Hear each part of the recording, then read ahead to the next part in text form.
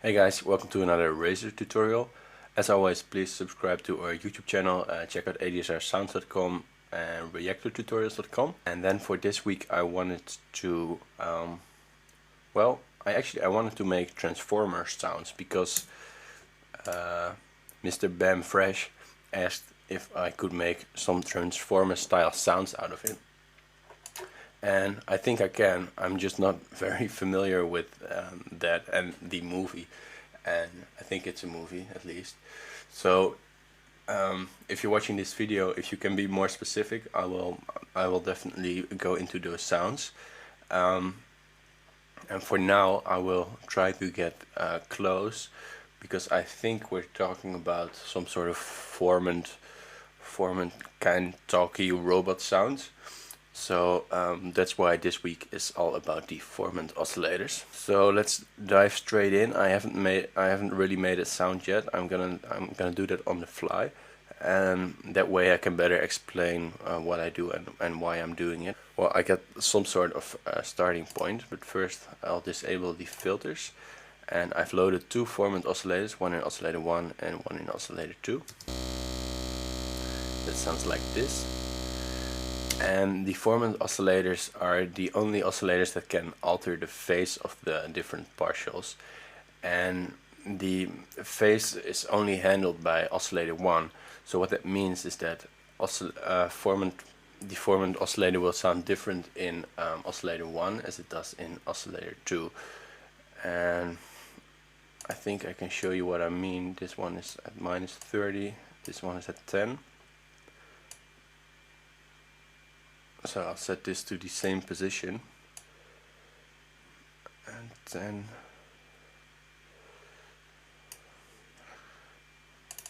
the color in the middle. So this is oscillator 1.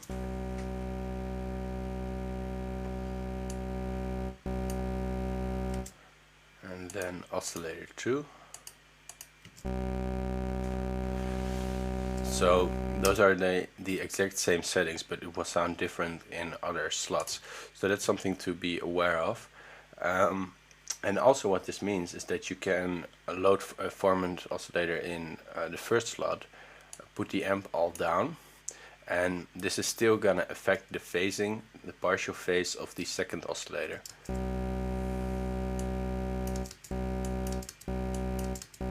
And you can hear the phasing best at the start of the note.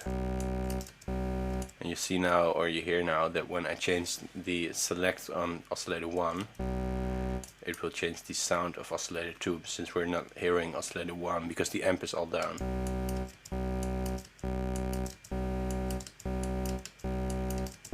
So that is something you can experiment with. So I loaded these both up for now. The amp is all the way up. I'm gonna change some settings here.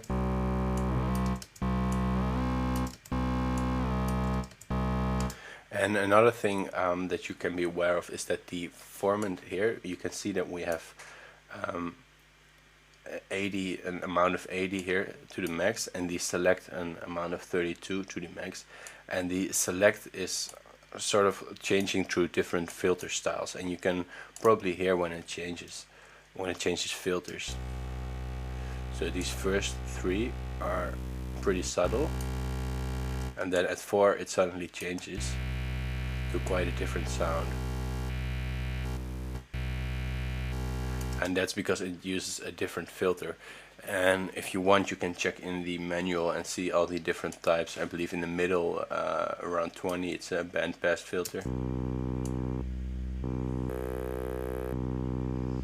And you can see that at 21 it changes quite extreme again.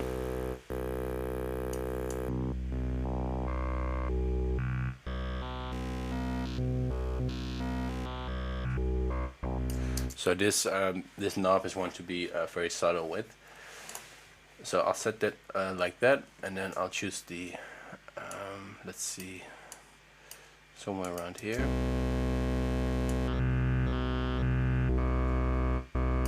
And then I'm gonna make both a little bit brighter with the color, which boosts the higher harmonics.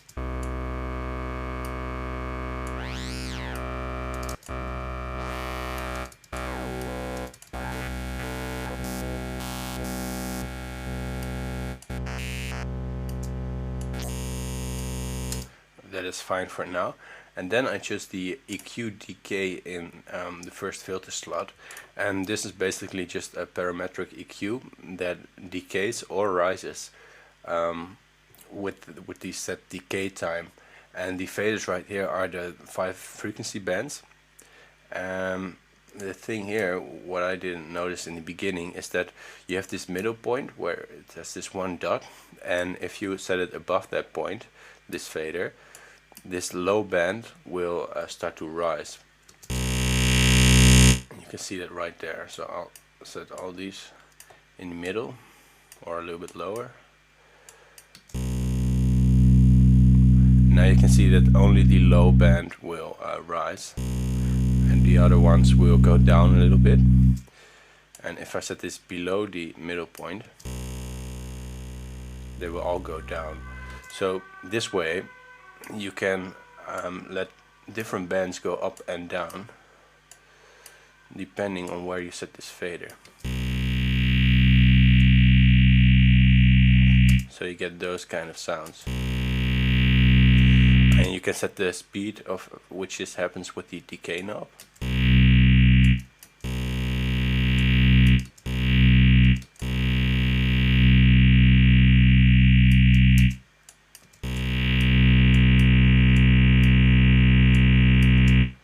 And I think this way you can get pretty cool talking sounds. Let's introduce another filter, the comb filter.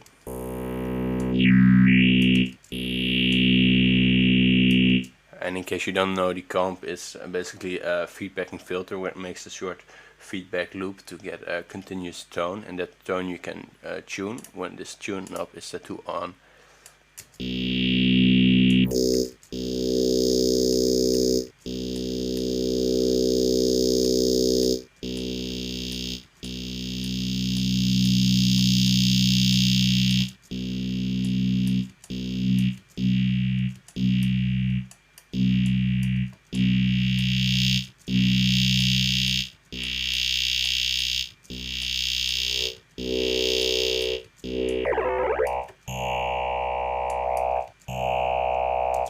So now we're getting a pretty cool sound already.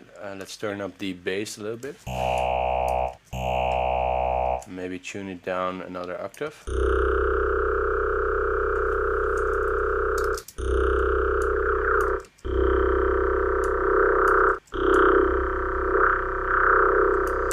And now let's set one LFO to the second Formant oscillator on the Formant.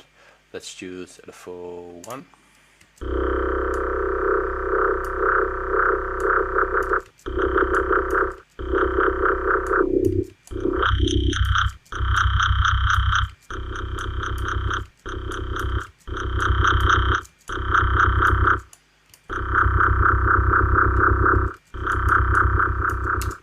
And this EQ decay, this is definitely something that you want to spend time on, because you can tweak it a lot and make it sound a lot better or a lot worse.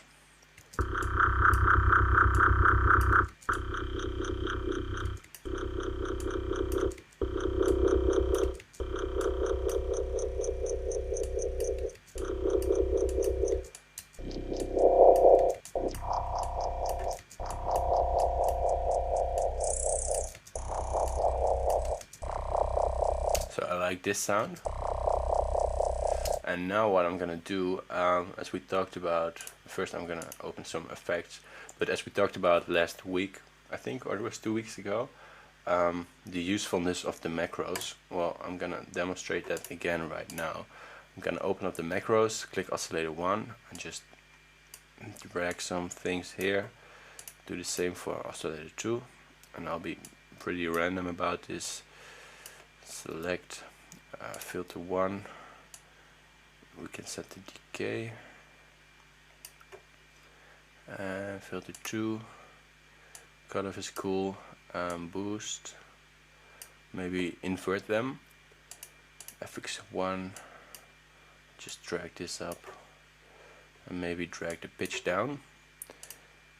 For FX2. And that's gonna be the reverb. So I'll just make that the dry wet control, and maybe the decay. Mod 1 is going to be the LFO speed, so I'll set the speed down a little bit and drag this up so I can go slower if I want to. And that's all for now. And now I can find the perfect balance between all settings.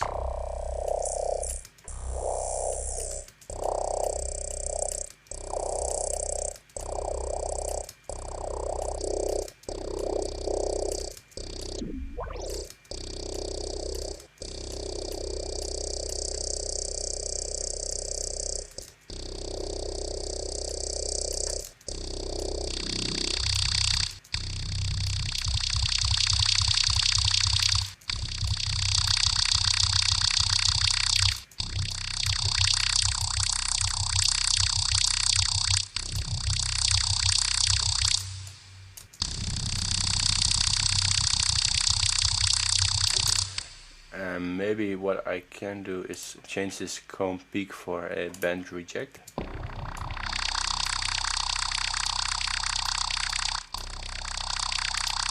Turn down the reverb a little bit. Oh, sorry, this one.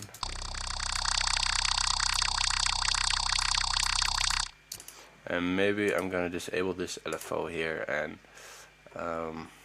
find some better place to use it. For example, the band reject cutoff, LFO 1.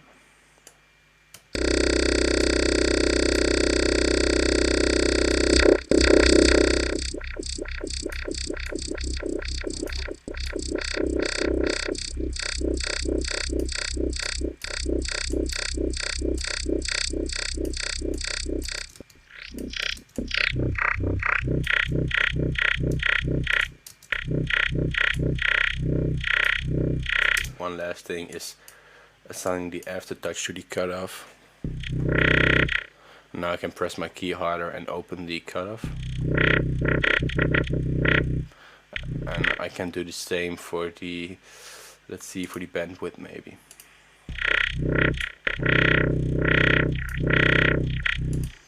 And try the boost.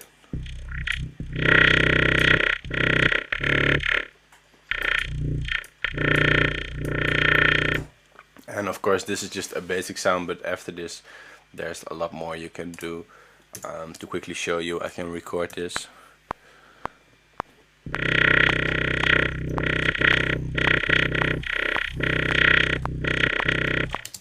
And then I can make audio out of it. And then there's a lot of stuff that you can do. We can stretch it. And the cool thing about Razer is that these sounds will, even when you process them, they will still sound very clean inside the core. You can try some different algorithms.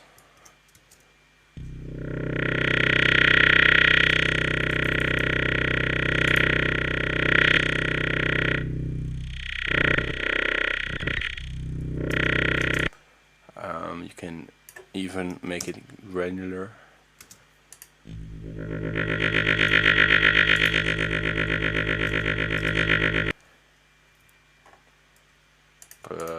What else? We can invert it.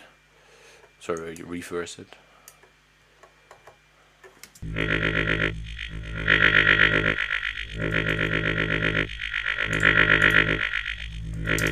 So that's all I wanted to show you for this week.